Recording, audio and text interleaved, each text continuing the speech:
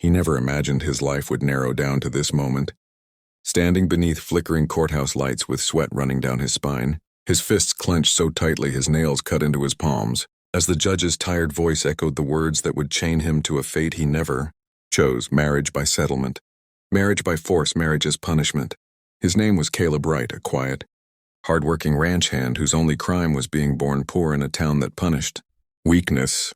And across from him stood the woman he was, ordered to marry a stranger so far from his dreams that the room itself seemed to suffocate him. Her name was Marlene. She was obese, broad-shouldered, her dress straining at the seams, her breathing heavy and uneven, eyes permanently lowered as if she already knew the cruel judgments forming in everyone's minds. Whispers crawled through the courtroom like insects. Why her? Why him? But the truth was uglier than gossip. Caleb's father had died owing money to Marlene's family, a debt passed down like a curse, and when cash ran dry, pride was stripped away, leaving only one barbaric solution the town elders still believed in: marriage to settle accounts. Caleb's heart pounded as memories crashed into him, his mother crying herself to sleep, his dream of owning land slipping further away, the mocking faces of men who'd never lift a finger to help him yet delighted in watching him fall. He didn't hate Marlene, not truly, but resentment burned anyway, sharp and uncontrollable, because she represented everything he was losing: freedom, dignity, choice. When the judge slammed the gavel, it sounded like a coffin lid closing, and just like that, his future was sealed. Outside, the town watched as they stepped into the sunlight side by side, an unwilling groom and a bride who looked like she was bracing for a storm she'd lived in her entire life. Marlene walked slowly, each step measured, her hands trembling, as she clasped them in front of her body as if trying to make herself smaller, invisible, safe. Caleb noticed the way people stared, some with disgust, some with pity, others with cruel amusement, and for the first time, a strange discomfort twisted inside him, because while he was angry, she looked broken. The wedding was rushed, joyless, held in a small chapel that smelled of dust and regret, with no music and no laughter, only the echo of vows neither of them wanted to say. When the preacher asked if he took her as his wife, Caleb hesitated for a fraction of a second, just long enough for the entire room to hold its breath before forcing the words out like poison, his voice hollow, his eyes refusing to meet hers. That night, as tradition demanded, they traveled to the small, run-down house left behind by Caleb's father, a place with creaking floors and walls that whispered of old failures. The silence between them was unbearable. Marlene sat at the edge of the bed, her hands gripping the fabric of her dress while Caleb stood by, the door unsure whether to leave or stay, torn between anger and a guilt he didn't want to acknowledge.